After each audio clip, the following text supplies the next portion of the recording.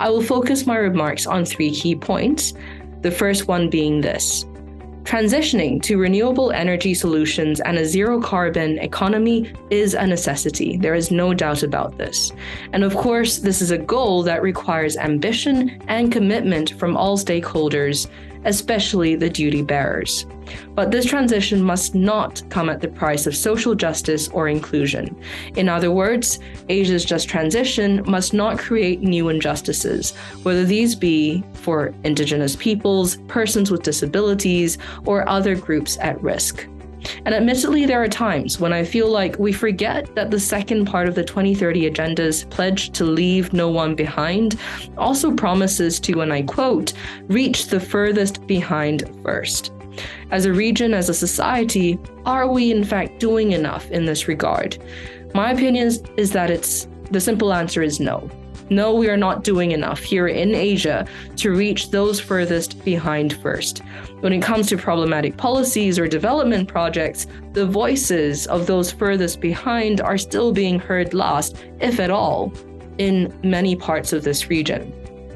And I'm thinking specifically here, for example, of the big hydropower projects strewn across Asia, many of which are touted by some as green energy alternatives or a source of national energy security, but which have drawn significant ire and concern from affected riparian communities as their livelihoods are put at risk and river ecosystems are harmed due to the impacts of dam construction. But there are other examples, including the extraction of transition minerals like copper and lithium, that are critical components of clean energy technologies. To be fair, there is no easy solution to the situation that we're in.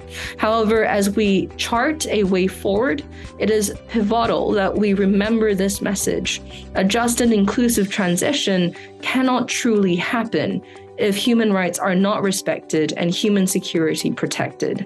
And so as calls for the uptake of renewable energy accelerate, we need vigilance to ensure that a human rights-centered approach, a rights holder-centered approach, is applied to how we as a society move together on these issues.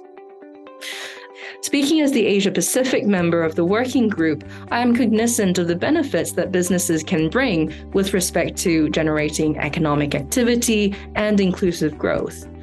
But I am equally aware of the considerable harms that irresponsible business practices can create for both people and the natural environment. The UN Guiding Principles on Business and Human Rights, which were endorsed unanimously by states in 2011, set out the corporate responsibility to respect human rights and highlight how human rights due diligence in particular is integral to preventing and mitigating the actual and potential impacts of business operations on human rights. What we need to remember is that the UN Guiding Principles also apply to investors and financial institutions, both public and private.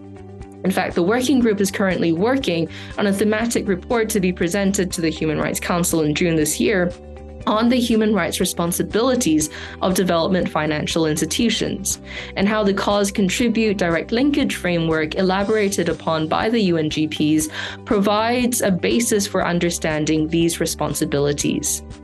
So basically, even if a financier, investor, or financial institution were to be linked to adverse human rights impacts only through their business relationships, this does not absolve them of any responsibility. If anything, it requires them to exercise even greater caution in monitoring their value chains, ensuring that their investments do not provide an enabling environment for the abuse of human rights, and putting more effort into financing and supporting both the social and physical infrastructures needed to spur the transition for sustainable development. So allow me to conclude with this. The imperatives of a just and inclusive renewable energy transition demand that we get ambitious and aim for a just energy transformation where we align the transition with limiting the average global temperature increase to achieve social, environmental, and climate justice for all. There must be coherence between policies as well as between policy and action. So we need implementation and not just pretty policies.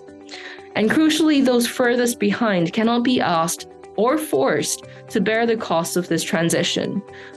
We must also bear in mind that a just transformation is needed in Asia for humans as well as for all the other sentient beings that inhabit our fragile region and indeed planet.